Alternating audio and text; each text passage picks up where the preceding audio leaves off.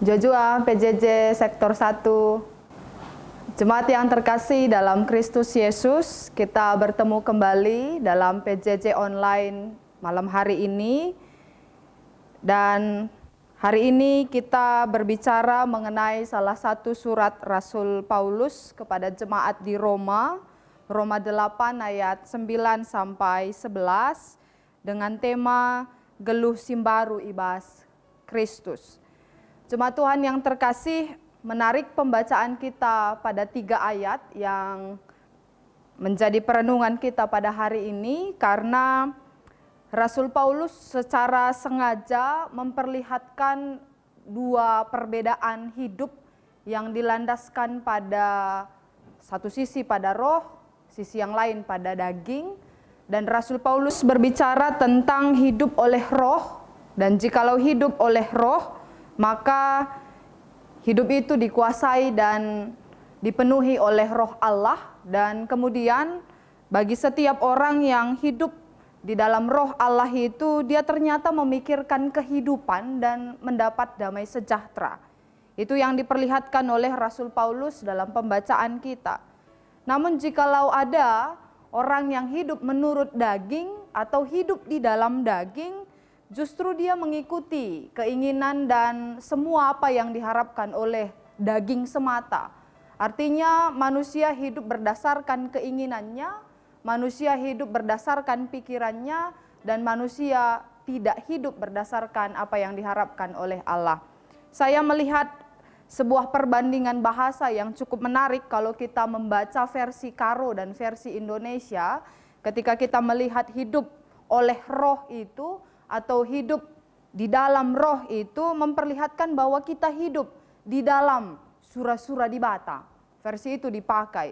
Tapi kalau kita hidup berdasarkan daging manusia, kedagingan saja, berarti kita hidup berdasarkan sura-sura ukur manusia.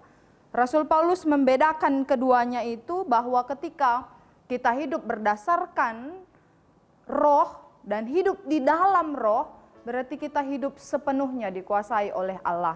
Sedangkan hidup yang di dalam daging berarti kita hidup berdasarkan pikiran kita semata. Sura-sura ukur manusia dalam versi Karo.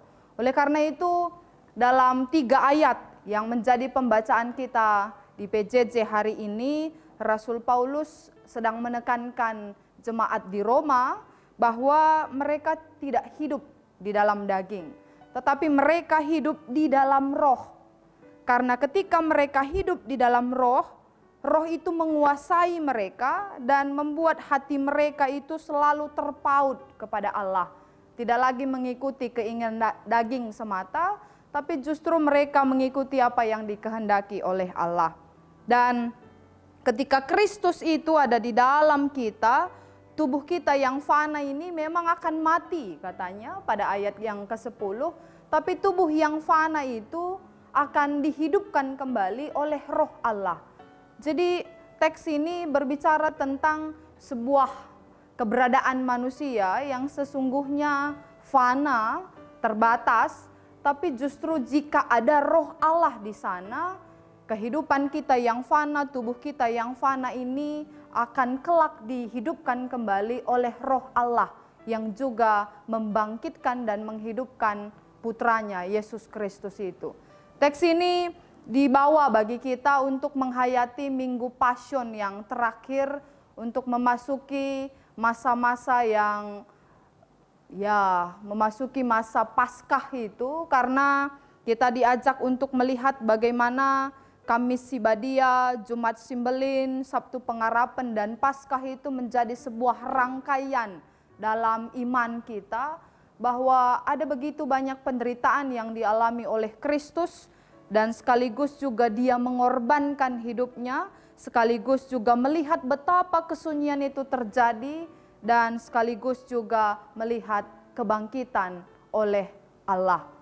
Dan Yesus mengalami semua fase itu, mulai dia menderita, bahkan dia disalibkan, dan setelah itu Yesus masuk ke dalam kubur, membuat semuanya sunyi, bahkan para murid itu mengalami keheningan, kesunyian karena guru Sang Yesus itu tidak bersama dengan mereka, tapi kemudian pada hari Minggu Paskah itu terjadi, Yesus kembali dihidupkan, dibangkitkan oleh Roh Allah. Nah, Rasul Paulus sedang menyatakan, roh yang sama itu, yang membangkitkan Yesus itu pula yang akan membangkitkan kita. Oleh karena itu, Rasul Paulus mengajak kita untuk senantiasa melihat bahwa hidup kita tidak hanya sebatas tubuh dan daging semata, tapi hidup kita ini diisi oleh Roh Allah. Dalam 1 Korintus 3 ayat 16, Rasul Paulus menggunakan kalimat yang berbeda untuk merujuk bahwa manusia itu hidup di dalam Roh Allah dengan berkata, "Tidak tahukah kamu bahwa kamu adalah bait Allah dan bahwa Roh Allah diam di dalam kamu?" Rasul Paulus menyatakan memang fana sekali tubuh kita, tapi dalam tubuh yang fana itu Roh Allah diam dan tinggal. Dan roh itu akan membangkitkan kita kelak bersama-sama dengan Kristus. Artinya kebangkitan Kristus membawa kebangkitan bagi kita sekalian dan menghidupkan kembali kita di dalam iman dan pengharapan terhadap Kristus. Oleh karena itu jemaat Tuhan yang terkasih dalam Kristus Yesus, tema kita dalam PJJ malam ini, Ngeluh Simbaru Ibas Kristus. Berbicara tentang bagaimana kita hidup di dalam Kristus itu selalu membawa pembaharuan bagi kita. Ibarat kata, kalau kita melihat ikan tidak bisa hidup tanpa air. Ikan hanya bisa hidup di dalam air. Sebagai umat percaya, kita pun hanya bisa hidup di dalam Kristus. Kita tidak bisa hidup di luar Kristus. Karena sesungguhnya pembaharuan kita dan transformasi diri kita itu selalu terjadi di dalam Kristus. Dan ini yang sedang dikatakan oleh Rasul Paulus kepada kita. Kita tidak hidup berdasarkan daging lagi, tapi kita hidup di dalam Roh Allah. Dan roh itu, Bapak Ibu Saudara terkasih, selalu memberi kemampuan bagi kita, memotivasi kita, menginspirasi kita untuk hidup dalam damai sejahtera. Dan dalam konteks saat ini tentu damai sejahtera yang sedang kita perjuangkan adalah damai sejahtera di tengah-tengah mewabahnya COVID-19 yang membuat kita penuh kewaspadaan, ketakutan, dan kegelisahan, bahkan mungkin saling curiga satu dengan yang lain. Ini nih akan bawa virus apa nih ketika dia datang kepada saya. Kita penuh dengan kecurigaan-kecurigaan.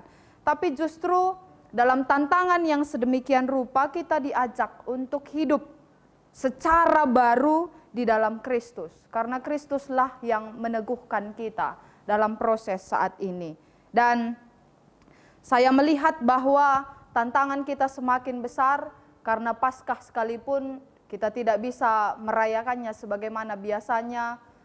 Mundur lagi Sabtu Pengharapan tidak sebagaimana biasanya. Mundur lagi Jumat tidak seperti Jumat Simbelin, tidak seperti biasanya. Bahkan Kamis Putih, ya, Kamis Simbelin pun tidak seperti biasanya. Itu semua sekarang kita hayati sebagai sebuah pergumulan dan di dalamnya kita hidup di dalam Roh Allah. Meski tidak berkumpul, meski tidak merayakan secara biasa, tapi kita mengimani sungguh bahwa Roh Allah itu memberi pembaharuan bagi kita karena kita hidup di dalam Kristus. Jemaat yang terkasih, Bapak Ibu Saudara terkasih, marilah kita terus berpengharapan meski menghayati Paskah tidak secara langsung, bahkan bertanya-tanya nih, bagaimana Kamis Sibadia, bagaimana nih lakon Persadan Sibadia kita laksanakan, itu semua menjadi sebuah tantangan bagi kita. Tapi kita mengimani sungguh bahwa Allah hadir bersama-sama dengan kita di dalam rohnya itu. Roh itu menghidupkan, roh itu memulihkan, dan roh itu menggerakkan kita menuju transformasi selalu baru hanya karena di dalam Kristus. Selamat menikmati masa-masa menuju Paskah. Dan biarlah Roh Allah terus memberi kemenangan bagi kita meski dengan cara yang sangat berbeda saat ini. Terpuji nama Tuhan dan Tuhan memberkati kita sekalian. Amin.